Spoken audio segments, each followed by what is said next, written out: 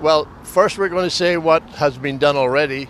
And there were 3 shelters, more or less identical to this one, on this road, which were built in 1976 when the Honorable Max Pant was the governor of,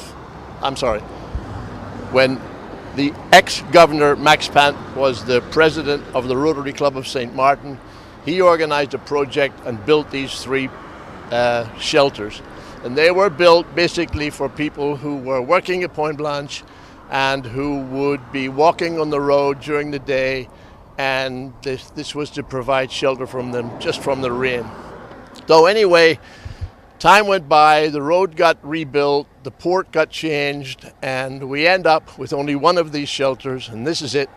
And it's been refurbished 5 times that I can remember, and recently we did it again, and we are here to mark the unveiling of this shelter, which has a big sign on it, which welcomes the people who are passing by through the island on behalf of Rotary International. John Caputo, the president of the Rotary Club of St. Maarten. I think this project is a very important one because, as colleague mentioned, that we have almost 2 million cruise ship passengers per year that visit the island of St. Maarten, and for a long time this shelter was in a pretty deplorable state, under mud, no landscaping, the signage was old and really an eyesore to the area. And club members decided to get together to spend a few Saturdays to come out, scrape the paint, clean the mud, make the surrounding area a lot more attractive, and then roll up our sleeves and do a hands-on project of painting and bringing this shelter back to life. And as you can see with the new signage that's been installed, it's going to be very visibly welcoming our over 2 million cruise ship passengers to St. Maarten every year.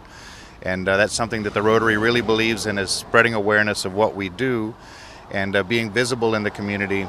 And not only like projects like this, but projects that change the lives of so many people, such as a lot of hunger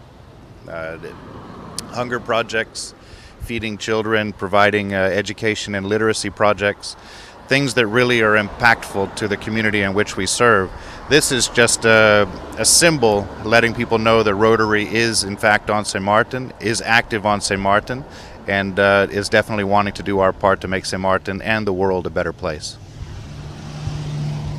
We obviously could not have done this without the help of supporters, and obviously we've had some people that have really stepped up to the plate, including a former Rotarian, Bob McDonough, with the company Green Fingers, who came out with his crew on several occasions to make the landscaping and the rocks and help create a situation to keep the mud from coming back. And that was something that we drove by and saw that the amazing work that him and his team did was just breathtaking, and very much applaud and thank them.